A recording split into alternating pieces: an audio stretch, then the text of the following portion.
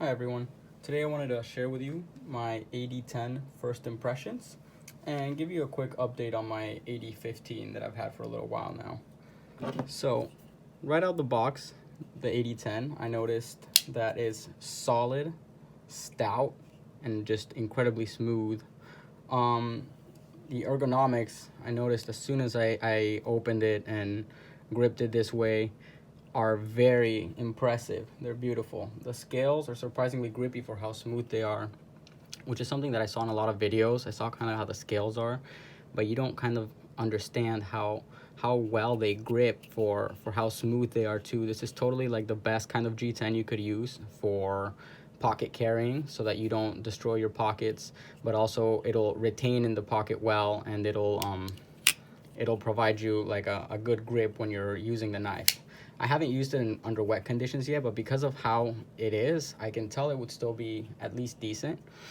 The way that this G10 is like rounded off over here, or how it's made, I believe G10 is like stacked, like little layers that are stacked and then they kind of get sanded together. So you really feel those layers here. I don't know if you can see. I don't know if YouTube uploads the same quality that I record on my phone, but you can kind of really feel those little layers here where the knife is rounded out. So it gives you like a really nice purchase on this handle.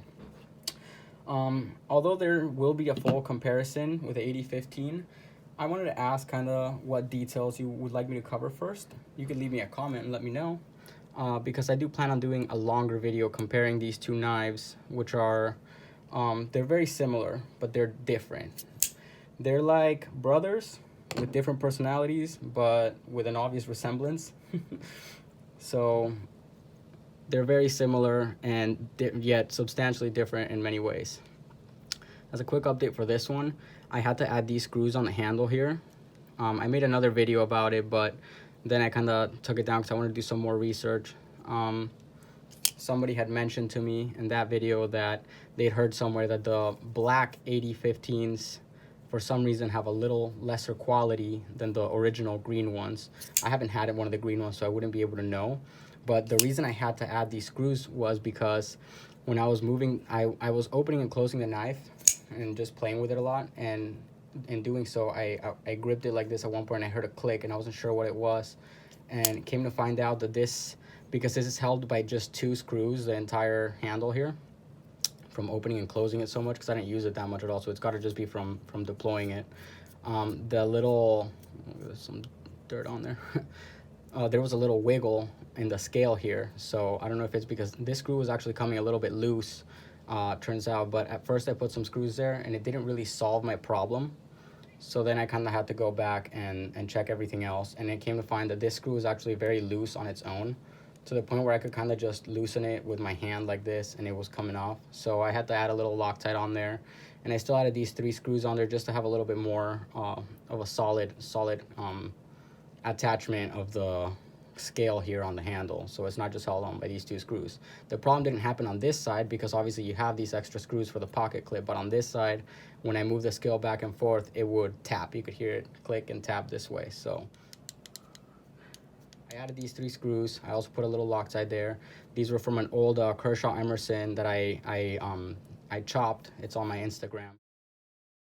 So I removed the pocket clip and the little holes and everything to make it like a smaller knife. So those were spare, and they turned out to be the same thickness and thread measurement. So I just replaced them in there with some Loctite, and so far it's been solid. That's my update on this one. But to go back to this one here, I wanted to mention that the main difference, as you guys know already, is the locks. And this is my thing with it. I've had a lot of cold steels with back locks. Excellent lock, super safe, very strong. And on this particular one, the deployment of the lock are so smooth that it is a little bit sketchy.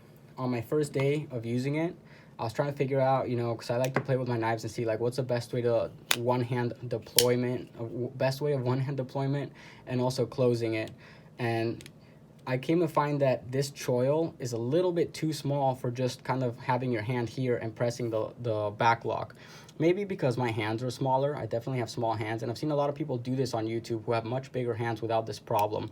But when I would press this, it came down here, and that little edge just nicked me there just enough. The tiniest little nick, but it was bleeding ridiculously. Like, it was just nonstop. Like when you go to the doctors, they lance your finger for a blood sample. You see, like, it kind of like comes out like in a big droplet like that. So yeah, it's just a bad part to get a little nick in, but I was okay.